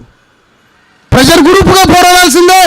పొలిటికల్ పవర్ గ్రూప్గా కూడా యుద్ధం చేయాల్సిందే భవిష్యత్తులో. అందుకనే ఈ మొత్తం రాజ్యంలో బీసీ ఎస్సీ ఎస్టీలమంతా ఈరోజు ఒకతాటి మీదకి వస్తున్నారు. ఉన్న సిస్టంలో కూడా, ఉన్న వ్యవస్థలో కూడా నువ్వెందుకైతే సర్పంచ్ మా గౌలోలు కావద్దా, సాగులోలు కావద్దా, మంగళోలు కావద్దా అని రాజ్యంలో 2 ఎన్నికలు జరిగితే ఉన్న వ్యవస్థలోనే తిరుగుబాటు చేసి విత్ ఇన్ ద కాంగ్రెస్ సిస్టంలోనే బీసీ ఎస్సీ ఎస్టీలు రెవల్యూషనరీగా మారి 80% బీసీ ఎస్సీ ఎస్టీ సర్పంచులు, ఉప సర్పంచులు గెలుచుకున్నారు. కౌన్సిలర్లు, చైర్మన్లు కూడా గెలుచుకున్నారు. కానీ ఉన్న వ్యవస్థ నుంచి బయట వ్యవస్థలో కూడా విప్లవం తీసుకురావాల్సిన అవసరం ఉంది మన మీద. మొన్నటిదాకా తెలంగాణ గడ్డ మీద రాలే విప్లవం, యజమానే దేవుడు అనుకున్నాం. కానీ ఇప్పుడు తెలంగాణ గడ్డ మీద ఒక విప్లవం వస్తుంది. అగ్రకులాలని 100% కలుపుకుంటాం. ఎందుకు కలుపుకోం? అగ్రకులాలు మానవీయ కోణంతో తమ మెట్లను దిగి సామాజిక న్యాయం వైపు మద్దతు పలికిన ప్రతి ఒక్క వ్యక్తిని మన ఉద్యమంలో కలుపుకోవడానికి సిద్ధపడండి అని కోరుతా ఉన్నా. ఇక్కడి నుంచి మన దాంట్లో ఉన్న దళారులని, మన దాంట్లో ఉద్దేశపూర్వకంగా మోటివ్ సెన్స్తో దొంగలుంటే తరిమి కొడదాం. బయట నుంచి మనకు మద్దతు తెలియజేసే వాళ్ళని మనం ఆహ్వానిద్దాం. అందుకనే ఈరోజు ఈ ఒక్క సంఘటన, నాగర్ కర్నూలు సంఘటన ఎంత ఘోరం, ఎంత ఘోరం. కుటుంబం మీద ఉల్టా కేసు పెట్టి, పాపను చంపి, వారం 10 రోజుల నుంచి వాళ్ళని హింసపెట్టి, హైదరాబాద్ వచ్చిన డీజీపీ నుంచి న్యాయం ఏమీ జరగక చివరికి ఇన్ని రోజులు ఇన్ని కమిషన్ల ముందు పట్టుకొని ఆ కమిషన్ దగ్గరికి, ఈ కమిషన్ దగ్గరికి, ఆటోలల్లా, బస్సులల్లా, కార్లల్లా ఆడికి తిరిగి ఈడికి తిరిగి వాంతులై తల్లికి, అమ్మాయికి వామిటింగ్స్, తినలేకపోవటం, గంటల తరబడి వేదికల మీద కూర్చోబెట్టడం, అక్కడ శిబిరం దగ్గర రోజుల తరబడి కూర్చోబెట్టడం, పొద్దున్న లేస్తే సాయంత్రం దాకా ఉద్యమాల్లో ఉండాలమ్మా అని వేదిక మీద కూర్చోబెడుతుంది. మీ అందరి ముందు అడుగుతున్న వాళ్ళని క్షమించమని అడుగుతున్నాను. ఈ పోరాటంలో నేను అంతే కూర్చోబెడుతున్నాను, నన్ను క్షమించండి. కానీ న్యాయం కోసం తప్పదు యుద్ధం. నువ్వు బాధితురాలివమ్మా, నువ్వు బాధితురాలివి కదా, నువ్వు కష్టపడుతున్నావు. కానీ నీతో పాటు ఇలా రాష్ట్రం అంతా లక్షలాది మంది నీకు మద్దతు పలుకుతున్నారు కదా, ఇది ఎంత గొప్ప విషయం. ఎవరు వాళ్ళు? నీ బిడ్డ చనిపోతే వాళ్ళందరూ ఏడుస్తున్నారమ్మా బయట లోకం అంతా, నీ బిడ్డ చనిపోతే. అందుకనే నీ గర్భశోకానికి సమాధానం కావాలి. నీ గర్భశోకానికి సమాధానం కోసం వెతికే మానవయ్య హృదయం ఉన్న వాళ్ళు ఉన్నారు సంఘంలో. వాళ్ళందరినీ ఏర్చి కూర్చి, వాళ్ళందరినీ పోగేసి ఈ ఉద్యమాన్ని మరింత ఉధృతం చేద్దాం. బయలుదేరాల్సిందే. ఎక్కడో ఒకళ్ళు కాంప్రమైజ్ కావద్దు. జీవితంలో చరిత్రలో నిలబడాలంటే ఫైటింగ్ చేయాల్సిందే, ట్రూత్ మాట్లాడాల్సిందే, సత్యం మీద నిలబడాల్సిందే. సత్యం మీద మాట్లాడకపోతే, సత్యాన్ని యుద్ధంలో దిగకపోతే, సత్యాన్ని విశ్రాంతిలో పెడితే అవుట్ అయిపోతుంది, సత్యం కిల్ అయిపోతుంది ప్రపంచం. అందుకని మిమ్మల్ని అందరిని అడుగుతున్నా, ఈరోజు ఒక దుర్ఘటన, ఇది కుమెరలో జరిగినటువంటి దుర్ఘటన. ఆ గ్రామంలో ఉన్న ఏ ఒక్క రెడ్డిని అరెస్ట్ చేయలేకపోతుంది రాజ్య వ్యవస్థ. ఏ ఒక్కళ్ళని రిమాండ్ చేసి ఈడ్చకపోయి గుంజకపోయి జైల్లో పారేయలేకపోతుంది. ఒకసారి జైళ్ళలో పోయి చూసిరండి, ఒకసారి పోలీస్ స్టేషన్లలో పోయి చూసిరండి. మన వాళ్ళ అవతారాలు 99% బీసీ ఎస్సీ ఎస్టీలే ఉంటారు. ఎందుకు? సోషల్ లిటరసీ తెలియక, సమాజంలో ఎట్లా బతకాలి, సమాజంలో ఏ విధంగా మూవ్ కావాలో సామాజిక జీవన విధాన అక్షరాస్యత తెలివని సామాజిక దోపిడీకి గురైతూ సోషలైజ్ కాని వర్గాలం. కాబట్టి ఈ సమాజంలో ఎట్లా బతకాలో తెలియదయ్యా మనకి. కాబట్టి కేసులు బుక్ అవుతాయి మన మీద. రాజ్యాంగం వచ్చింది, చట్టం వచ్చింది, సిస్టమ్ వచ్చింది, ఎట్లా బతకాలో తెలియదు మనకి. అదనంటే స్ట్రైట్ ఫార్వర్డ్ మాట్లాడుతాను. అందుకని ఇది ఒక పెద్ద ఛాలెంజ్లో ఉన్నాం మనం. ఇలా బెదిరింపులు మా మీద ఎందుకు బెదిరిస్తున్నారు మమ్మల్ని? రీజన్ ఏంటి అసలు? ఎందుకు బెదిరిస్తున్నారు? న్యాయం కోసం పోరాడేవాడిని ఎందుకు బెదిరిస్తున్నావు? ఏం చేస్తారు మీరు చెప్పండి? కారణం ఏంటి బెదిరియడానికి కారణం? నా ప్రాణం కావాలా? ఎవరి ప్రాణం కావాలా మీకు? ఎన్ని రోజులు బెదిరిస్తారు? ఇట్లా ఎంతకాలం బెదిరిస్తారు? కాంప్రమైజ్ అయ్యే క్వశ్చనే లేదు, లొంగిపోయేదే లేదు. తెలంగాణ గడ్డ మీద బీసీఎస్సీ ఎస్టీల రాజ్యం వచ్చేంత వరకు ఈ యుద్ధం కొనసాగుతూనే ఉంటుంది. అది అనేక రూపాల్లో యుద్ధం కొనసాగుతూ ఉంటుంది. ఇక తెలంగాణలో మిగిలి ఉన్న యుద్ధం ఇదే. తెలంగాణలో వేల సంవత్సరాలుగా బానిస వ్యవస్థ ఉంది. ఇక్కడ భూస్వాముల కింద ఆ బానిస వ్యవస్థని ఖచ్చితంగా అధికారం వైపు తీసుకుపోవాల్సిందే, పాలకవర్గంగా మార్చాల్సిందే. అందుకనే ఈ యుద్ధం కొనసాగుతుంది. ఇది రాజకీయ యుద్ధంగా, సాంస్కృతిక యుద్ధంగా, సామాజిక యుద్ధంగా, నిరసన ధర్నా దీక్షల యుద్ధంగా అనేక రూపాల్లో పోయి రాజ్యం మీద పోరాడుతూనే ఉంటుంది. దానికోసం మనం సిద్ధపడాలి. ఇవాళ కొమరులో జరిగింది, మీ ఊర్లో ప్రతి కుటుంబం మీద జరిగే అవకాశం ఉంది. ఇలాంటి దాడులు నాకెందుకు అనుకుంటే ఆ కర్కశమైనటువంటి క్రూర దాడి ప్రతి కుటుంబం మీద పొంచి ఉందని చెప్తున్నా మీ అందరికీ.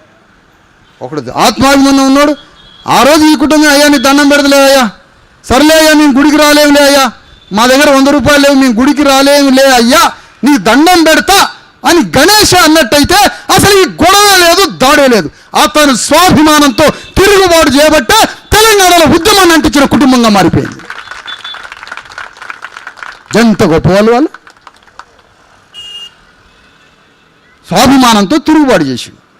అది కాస్త గ్లోబు భూగోళానికి అంటుకుంది విషయం. చదువుకున్నారా? లేదు. చదువుకున్నోడేమో కాంప్రమైజ్ అవుతాడు. సార్ మీరు చెప్పింది కరెక్టే, మీరు చెప్పింది ఇద్దరిని అంటారు వాడు కరెక్టే. ఒక రకంగా మీరు చెప్పింది కరెక్టే, మరో రకంగా మీరు చెప్పింది కరెక్టే అంటాడు. వీడు బతకాలి కాబట్టి వీడు దొంగ కదా. మమ్మల్ని గుర్తుపెట్టుకోండి అన్న అంటాడు. ఏందే వీడిని గుర్తుపెట్టుకునేది? ప్రతి మాటలో, ప్రతి అడుగులో డ్రామా, ముఖ కవళికల్లో డ్రామా, ప్రవర్తనలో డ్రామా. స్ట్రైట్ ఫార్వర్డ్గా మాట్లాడండి, సూటిగా బ్రతకండి, ఆత్మగౌరవ వెన్నెముకతో బ్రతకండి. వండర్స్ క్రియేట్ అయితే సమాజంలో. అందుకనే కొత్త జీవన విధానం మనం నేర్చుకోవాలి. ఆ విధంగా తెలంగాణ గడ్డ మీద జరుగుతున్నటువంటి ఈ సుదీర్ఘమైనటువంటి ఉద్యమం, ఇది కాన్షీరామ్ అంబేద్కర్, ఫూలేలు చెప్పినటువంటి యుద్ధం. ఒక తెలంగాణ గడ్డ మీద సమ్మక్క సారలక్క లాంటి స్వభావం, చాకలి ఐలమ్మల లాంటి స్వభావం, అది స్వాభిమానంతో జరిగినటువంటి పోరాటం కాబట్టే భూగోళం మీద వాళ్ళు అమరులుగా నిలబడ్డారు. అమరత్వం జరిగింది. వాళ్ళ మాటలు ప్రపంచం ముందుకు పోయినాయి. ఇవాళ అదే వీరత్వం మనకి మళ్ళీ కొత్త వీరులను పుట్టించే స్థితికి తీసుకొచ్చింది. మనం మళ్ళీ ఆ వీరత్వాన్ని ఆదర్శంగా తీసుకొని పోరాడాల్సినటువంటి పరిస్థితి. కానీ ఒక చాకలాయన ప్రెస్ మీట్ పెడతాడు. మావోడు మంచోడు కాదు సార్ అంటాను. ఇప్పుడు ఆ చాకలాయన చూసిర్రా, మావోడు మంచోడు కాదు, ఇది రెడ్డి గారు అనట్లే, వీర్లపల్లి శంకర్ అంటాడు. పాపం ఆయన వీర్లపల్లి శంకర్ చాకలాయన, వీళ్ళ బంధువు ప్రెస్ మీట్ పెట్టి మావోడు మంచోడు కాదు. బాబ్బా, ఈ మాట వీర్లపల్లి శంకర్తో అనిపించింది ఎవరో తెలుసా? రెడ్లు. ఎందుకు? రేపు రాబోయే ఎన్నికల్లో షాద్నగర్ అనే రెడ్డి కోటలో ఎవరో ఈ సాగలాయన అని సాగలాయన్ని బొందబెట్టడానికి రెడ్లు ఆడిచిన డ్రామాలో శంకర్ బలైపోయిండు. ఇది మేము చెప్తున్న మాట శంకర్ తరఫున. హౌలగాళ్ళకి ఇంకో రకంగా అర్థమైంది, పిచ్చినా కొడుకులకి ఇంకో రకంగా అర్థమైంది. శంకర్ బలైపోయింది ఇక్కడ. అందుకనే పోలీసు వ్యవస్థలో కూడా బీసీఎస్సీ ఎస్టీ పోలీసులు బలైపోతుంటారు. పెద్ద పెద్ద పోలీసు అధికారులు లాగుంటారు, కానీ మీకు బ్రెయిన్ ఉండదు. నాకు తెలుసు ఆ విషయం. లేదా ఎదురు రూములు పెట్టి ఇట్లా గన్ను పెట్టి అటు తిరుగుతుంటారు. ఉత్తదే కేసులు అయ్యి. అందుకని నేనేమంటున్నానంటే, మనకు ఒక ఆత్మగౌరవం ఉన్నది, మనకు ఒక లెగసీ ఉంది, ఒక కల్చరల్ లెగసీ ఉంది. అది హ్యూమన్కి ఒక సెల్ఫ్ రెస్పెక్ట్ ఇస్తూ ఉంటుంది. సెల్ఫ్ రెస్పెక్ట్ బాడీకి ఉండదు, సోల్కి ఉంటుంది. సోల్ దేంతో కనెక్ట్ అవుద్ది? అమరత్వంతో కనెక్ట్. అమరత్వం ఎవరి దగ్గర ఉంటుంది? వీరత్వం దగ్గర ఉంటుంది. వీరత్వంలో నుంచి వీరులు పుడతారు. అది లెగసీ, కల్చరల్ లెగసీ. ఆ లెగసీ మనకు కనెక్ట్ కాకుండా ఉంచడమే అప్పర్ కాస్ట్ ఐడియాలజికల్ థియరీ, అది కాన్స్పిరసీ. అది అందుకనే మనకు ఒక పెద్ద వీరత్వం ఉంది. తెలంగాణ వీరత్వానికి ఒక వారసత్వంగా బీసీ ఎస్సీ ఎస్టీలంతా మన మీద జరుగుతున్న దాడులు, మన మీద జరుగుతున్నటువంటి అనేక రకాల మోసాలు, దాడులు, కుట్రలు, కుతంత్రాలు, రాజకీయ, సామాజిక, ఆర్థిక, సాంస్కృతిక దోపిడీ నుంచి విముక్తులై రాజ్యం మీద తిరుగుబాటు చేసే ఒక మహోద్యమాన్ని ఫూలే అంబేద్కర్ కాన్షీరాముల తోవలో నడిపించాలి. ఇప్పుడు అంత పెద్ద పని ఉంది మన మీద. ఇది జరగకపోతే రెడ్డి దొరల ఆధిపత్యం జరుగుతూనే ఉంటుంది. అందుకని బీసీ ఎస్సీ ఎస్టీ మిత్రులారా, ఇదో ఈ ధర్నా నుంచి మేము కోరేది ఒకటే. నాకు తెలుసు డీజీపీ చేతిలో ఏమీ లేదని.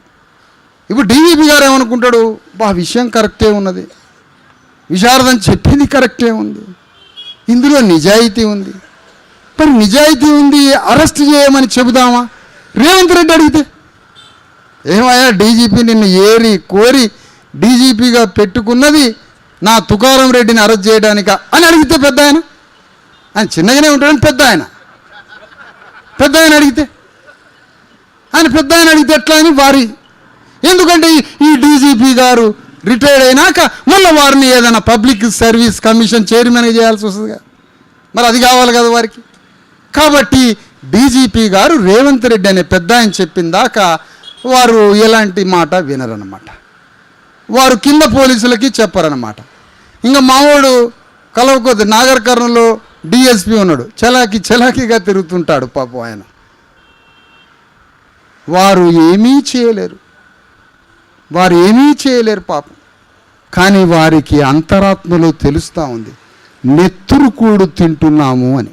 నెత్తురుకూడు అంటే బీట్రూట్ కర్రీ అనుకునేరు, మనుషుల రక్తంతో భోంచేయటం, మానవుడి రక్తాన్ని భోజనంగా మార్చుకోవడం. ఇది సిస్టంలో human cultural activity values death అయినప్పుడు రక్తపు కూడా తింటారు జనం. అదే జరుగుతుంది అలా సమాజంలో. అందుకనే మిత్రులారా, ఈ ఉద్యమం అనేక కొత్త పాఠాలని సమాజానికి నేర్పించే ఉద్యమం ఇది. వీళ్ళందరినీ తీసుకొని ధర్నా హైదరాబాద్ తీసుకురావడం జరిగింది, డీజీపీ దగ్గరికి తీసుకురావడం జరిగింది, డీజీపీ తోటి 40 నిమిషాలు మాట్లాడటం జరిగింది. డీజీపీ న్యాయం చేస్తాను, విచారణ చేస్తాను అని అన్నారు. వారిని నమ్మి 6వ రోజు గడిచింది, వారి నుంచి ఏ ఆదేశాలు రాలే. ఎందుకంటే వారు పెద్ద ఆయన చెప్పినట్టు వింటారు. పెద్ద ఆయన అట్లనమాట. ఇది స్వార్థపులో, ఇది ఈ లెక్క అనమాట. అట్లా వారు డీజీపీ గారు సెలవు తీసుకున్నారు మన విషయంలో అనేది తేలిపోయింది. కానీ వారు సెలవు తీసుకున్నారు, మన పోరాటం ఆపకూడదు, మొత్తం పోలీసులు పాత్రధారులు మాత్రమే అని తేలిపోయింది. పోలీస్ అంతా పాత్రధారులు మాత్రమే, సూత్రధారి రేవంత్ రెడ్డియే అసలైన నేరస్తుడు అని ఈ సభాపూర్వకంగా మీ అందరి చప్పట్ల మధ్య తీర్మానం చేయడం జరుగుతూ ఉన్నది. అసలైన నేరస్తుడు రేవంత్ రెడ్డి. కార్ల రాజేష్ని అరెస్ట్ చేయకపోవడానికి రేవంత్ రెడ్డి నేరస్తుడు. ఖమ్మంలో ప్రొక్లైన్లు, బుల్డోజర్లు, జేసీబీలతో నేలమట్టం చేసి ధ్వంసం చేసి వేలాది కుటుంబాలకి ఇళ్ళని, వాకిళ్ళని, మొత్తం స్థలాలని లేకుండా వాళ్ళని బయటికి వెళ్ళగొట్టే క్రూరమైనటువంటి క్రోనో క్యాపిటల్తో భూస్థాపితం చేస్తున్నటువంటి నేరస్తుడు రేవంత్ రెడ్డి. తెలంగాణ గడ్డ మీద జరుగుతున్న ప్రతి దోపిడీకి బాధ్యుడు నేరస్తుడు రేవంత్ రెడ్డి. కానీ తాను పాట ఏమి రాయించుకున్నాడు? నల్లగొండ గద్దరట. ఆయన విప్లవకారుడా, పాలక వర్గాల సంకలల్లా ఎంటికలు తీసే మట్టి దులిపే కళాకారుడా? మరి తెలుసా? ఈ కళాకారుల పని ఏంటో అర్థం కావట్లే. వీళ్ళని రాజ్యాలకు తీసుకొచ్చేది ఈ కళాకారులే, రాజ్యాన్ని తీసుకొచ్చేది ఈ కళాకారులే. నీ పెద్ద కొడుకై వస్తాడట రేవంత్ రెడ్డి. పెద్ద కొడుకట ఆయన, మీకు పెద్ద కొడుకై వస్తాడట. పెద్ద కొడుకై వచ్చి పాపం చంపడానికి వచ్చిండు. పెద్ద కొడుకై వచ్చి కర్లరాయేసిని చంపిండు. పెద్ద కొడుకై రేవంత్ రెడ్డి వచ్చి ఖమ్మంలో భూస్థాపితం చేసిండు 1000 ఏండ్లని. పెద్ద కొడుక, నీ గల్లా పట్టడానికి చిన్న కొడుకు బయలుదేరిండి అని రాసి పెట్టుకో. నీ గల్లా పట్టడానికి రాజ్యాంగం ద్వారా చిన్న కొడుకు బయలుదేరిండు. అడుగుతాం, సమస్య లేదు అడుగుతాం. నువ్వు చూసిన ఉద్యమాలు కాదు, పాత దళిత ఉద్యమాలు, పాత కుల ఉద్యమాలు కాదు. ఇది అంబేద్కర్, ఫూలే, కాన్షీరామ్ రాడికల్ ఫిలాసఫీతో వస్తున్నాం యుద్ధానికి. ఏం మాట్లాడుతున్నావా? చిన్న రేవంత్ రెడ్డిని కూడా డీల్ చేయలేరా మీరు? ఎందుకు బతుకుమంది అంటనా? దేనికంటనా? రేవంత్ రెడ్డి ఆత్మగౌరవం ఉన్నాడు 100%. ఎక్కడా? కేసీఆర్ మీద యుద్ధం చేసి రాజయ్యండు. నాకు ఆత్మగౌరవం ఉంది నీ మీద యుద్ధం చేసి సమాధి చేయడానికి. ప్రతీకారం. ఆత్మగౌరవం ఇచ్చేది ప్రతీకారం. ఆత్మగౌరవం భోజనం పెట్టదు, ప్రతీకారం పెడుతుంది. ప్రతీకారం పెడుతుంది. ఆత్మగౌరవం మానవుడికి ఇచ్చేది వీరత్వాన్ని. ఆత్మగౌరవం నుంచి వీరత్వము, ప్రతీకారం ఇచ్చి శత్రువుని ఐడెంటిఫై చేసి కిల్ చేసి అక్కడ నీ అస్తిత్వాన్ని, భాగస్వామ్యాన్ని, వాటాన్ని, ప్రాతినిధ్యాన్ని, అక్కడ నీ వాల్యూని సృష్టిస్తుంది వీరత్వం, ఆత్మగౌరవం, ప్రతీకారం. అందుకనే social life, cultural life, political life ఇవి లేకుండా బతుకుతారా భూవ నీళ్ళ కోసం రోజు? ఇదే నా పని. ఎండగొట్టగానే పోతూనే ఉన్నారు లోపలికి. పోండి. వాని భూమిలో పని చేయడానికి ఎండ లేదు, వాన లేదు. మన అయ్యలకి అమ్మలకి ఈడ ఎండగొట్టించేసరికి ఉరుకుతా ఉన్నారు కుర్చీలు వదిలిపెట్టి. అందుకనే తెలంగాణలో ఇంత పెద్ద ఘోరం జరుగుతున్న దాంట్లో మిస్టర్ రేవంత్ రెడ్డి వాడు లోకమంతను జయించను ఆత్మను కోల్పోయాను అన్నట్టుగా నువ్వు దేశాలు తిరుగుతున్నావు, ఉప ఎన్నికల్లో గెలుస్తున్నావు, 1000 కోట్లు ఖర్చు పెడుతున్నావు, రాహుల్ గాంధీ పిచ్చోడిని కోతిలాగా తాడు కట్టుకొని ఆడిస్తున్నావు నీ చుట్టూ. మొత్తానికి అన్నింటినీ మేనేజ్ చేస్తున్నావు, థ్రెట్ చేస్తున్నావు. ప్రతి చోట భౌతికంగా విజయం సాధించి ఆత్మని చంపుకొని ఆత్మతో ఆత్మహత్య చేసుకుంటున్నాడు రోజు. ఒక్కసారి నీ ఆత్మని గెలిపించుకో. మౌనిక బిడ్డని చంపిన వాడిని అరెస్ట్ చేయి. అరెస్ట్ చేసి నీ ఆత్మని గెలిపించు, నీ అంతరాత్మని గెలిపించు. ఒక్కసారి ఆత్మని చంపుకొని రోజు పండుకుంటున్నావుగా, నువ్వు నిద్రపోతున్నావుగా. నువ్వు నిద్రపోతున్నావు. నువ్వు ఎంత కళకళలాడినా నీ సావు ప్రేత కళ కనిపిస్తూనే ఉంది. నాకు ప్రేత కళ కనిపిస్తుంది. ఎందుకంటే లోపట సోల్ డిమాండ్ చేస్తూ ఉంది. లోపట సోల్కి ట్రూత్ తెలుస్తూ ఉంది. అందుకనే నువ్వు ఎక్కడ గెలిచినా ఒక్కసారి మౌనికాని చంపిన ఎవడైతే నేరస్తుడు ఉన్నాడో రిమాండ్ చేసి అరెస్ట్ చేయాల్సిందే. కర్ల రాజేష్ని చంపిన వాళ్ళని అరెస్ట్ చేయాల్సిందే. ఇక్కడ పోతే ఖమ్మంలో భూములు, ఆస్తులు, ఇళ్ళు, పేదలందరినీ ఆడిపోతే కలెక్టర్ గారు కలిసిండు ఖమ్మం జిల్లాకు. ఏంటి సార్ అక్కడ ఆయనకి తెలుగు రాదట పాపం. ఈ తెలుగు రాకుండా మాట్లాడే కలెక్టర్లను చూసి అసలు తెలుగు కూడా వాళ్ళలాగా మాట్లాడతాను. ఆడ 100,000 మంది ప్లాట్లు, భూములు కోల్పోయి వాళ్ళు చేస్తుంటే అందులో 2 ప్లాట్ల వాళ్ళు ఉన్నారు సార్, వాళ్ళని పట్టుకున్నారా మీరు అంటాను. నన్ను 2 ప్లాట్లు ఉన్నోడు నువ్వు పట్టుకోవాలా? నువ్వు అసమర్థుడి, వాళ్ళని పట్టుకోలేకపోవడం. వాడిని చూపించి మొత్తాన్ని చంపుతారట. ఇది జరుగుతూ ఉంది తెలంగాణ గవర్నమెంట్లో, స్టేట్లో. అందుకని బీసీ, ఎస్సీ, ఎస్టీ వివిధ జిల్లాల నుంచి, నలుమూల నుంచి వచ్చినటువంటి బీసీ, ఎస్సీ, ఎస్టీ, జేఏసీ నాయకులు, డిఎస్పీ నాయకులు, అనేక సంఘాల ప్రతినిధులు, అనేక ఉద్యమంలో భాగస్వాములు. ఏంది చెప్పు? పోలీసు వాళ్ళేనా? అంబేద్కర్ భవన్లో ఖమ్మంలో ఈ రౌండప్, ఎందుకంటే మనం పోతున్నాం కదా, రౌండప్ చేసి ఎత్తుకపోతారట. ఆ ఇండ్లు పోయిన వాళ్ళని వాళ్ళందరూ పోయి ఒక కాడ వరద బాధితుల్లాగా షెల్టర్ తీసుకున్నారు అంబేద్కర్ భవన్లో. ఆడ ఇల్లు కూలగొట్టిండు, ఉన్న ఊళ్ళో పోయేటట్లేదు. ఖమ్మంలో ఇల్లు కట్టుకున్నామని చెప్పి మంచిగా గ్రామంలో అన్ని గిన్ని చదువుకొని ఖమ్మం వచ్చి పట్టణంలో కట్టుకున్నారు. కట్టుకున్న ఇల్లు కూలిపోయేసరికి ఎక్కడికి పోవాలో తెలియక ఒక అంబేద్కర్ భవన్లో ఉంటే దాని టాయిలెట్లు బంద్ చేయడం, కరెంటు బంద్ చేయడం, నీళ్లు రాకుండా చేయడం, సంటి పిల్లలను చంపడం మొత్తం చేసి ఇప్పుడు ఆ భవనంలోంచి కూడా కర్రలు తీసుకొని కొట్టి వెళ్ళగొడతారు. ఇదే రేవంత్ రెడ్డి రాజ్యం. ఇదే పెద్ద కొడుకు రాజ్యం. మీరంతా మౌనంగా ఉండండి. రేవంత్ రెడ్డి చేసే పనులన్నింటికి మౌనంగా ఉండండి. మౌనంగా ఉండాలి మీరు. ఎందుకంటే మీరు మౌనంగా ఉండొద్దు. మౌనం మరణంతో సమానం. మౌనంగా ఎవరుంటారా? ఎవరన్నా ఉంటే బట్టి విక్రమార్క ఉంటాడు మౌనంగా, మూగ అంతడు కాబట్టి. ఇక్కడ వచ్చింది అణగారిన వర్గాలు. ఆయన ఉప ముఖ్యమంత్రి అయింది ఎస్సీ వర్గం నుంచి, అణగారిన వర్గాల నుంచి. ఆయన ఉప ముఖ్యమంత్రి. మన ఫోకస్ అంతా రేవంత్ రెడ్డి మీద పోతుంది. కానీ అణగారిన వర్గాల నుంచి ఉప ముఖ్యమంత్రి ఉన్నాడు. ఆయన మూగ హంతకుడు, మౌన హంతకుడు. ఏమీ మాట్లాడ్డావు, ఏ కాంట్రవర్సీలోకి పోడు. మొత్తంగా వెరిసి తెలంగాణ గడ్డ మీద భారత రాజ్యాంగాన్ని రివైవ్ చేయాలి, పునర్జీవింపజేయాలి. భారత రాజ్యాంగం చెప్పినట్టుగా, మహనీయులు చెప్పినట్టుగా రాజ్యాంగ విలువల్ని తెలంగాణ గడ్డ మీద స్థాపించితేనే మానవ జీవితక మనుగడ. కాబట్టి రేవంత్ రెడ్డి సిస్టంలో పార్ట్, ఈ వ్యవస్థకు ఒక ప్రతినిధి. అతను దోపిడీ చేసే అప్పర్ కాస్ట్ సిస్టమ్కి ఆయన రిప్రజెంటేటివ్. కేసీఆర్ కూడా ఒక ప్రతినిధి, రేవంత్ రెడ్డి ఒక ప్రతినిధి. బీజేపీ పార్టీ వాడు పత్తాలు ఎడియాల. ఏమయ్యా బండి సంజయ్, అసలు నిన్ను ఎవడన్నా దేశానికి ఒక హోంమంత్రి అనుకుంటారా? నేనైతే ఇప్పటివరకు అనుకోలేదు. ఎవడ నాకు ఇందాక గుర్తు చేసి ఈయన హోంమంత్రి అన్న, నేను హోంమంత్రి ఆయన హోంమంత్రి అంటనా? ఇన్ని విషయాల్లో జోక్యం కల్పించుకున్నావు కదా నువ్వు, పిచ్చి పిచ్చిగా ఎట్లా మాట్లాడతావు కదా, ఇన్ని విషయాల్లో జోక్యం కల్పించుకున్నావు కదా. ఈ పాప చచ్చిపోయింది కదా, వచ్చినావా? ఈ పాప విషయాన్ని నువ్వు కేంద్రం దృష్టికి ఎందుకు బీజేపీ తీసుకుపోలేదు?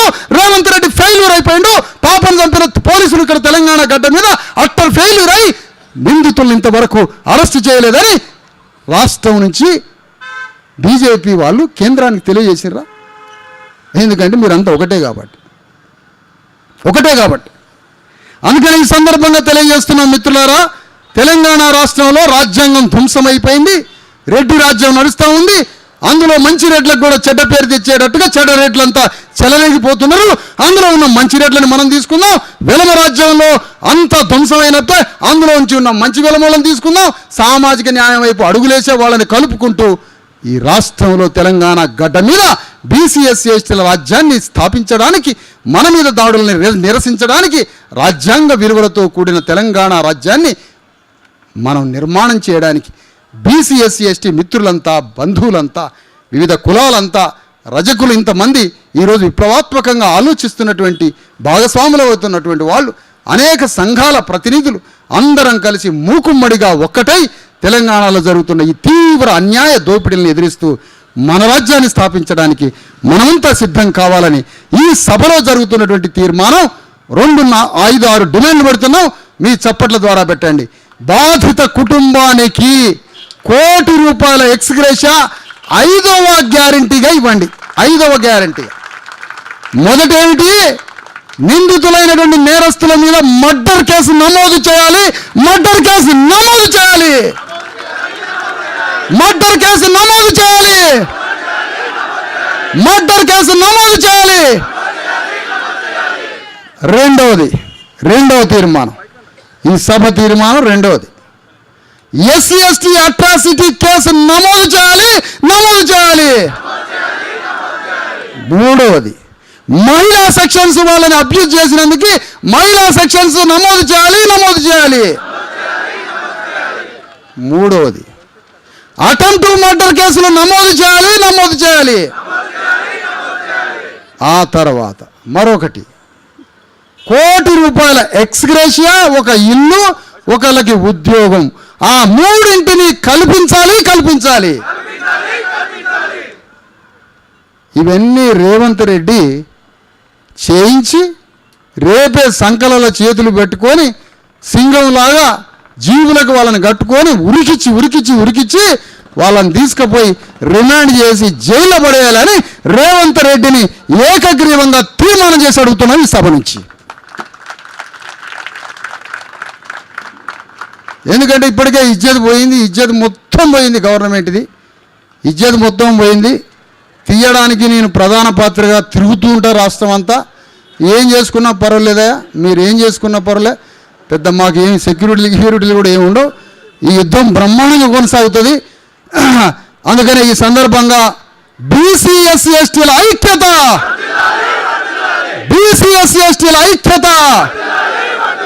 భారత రాజ్యాంగం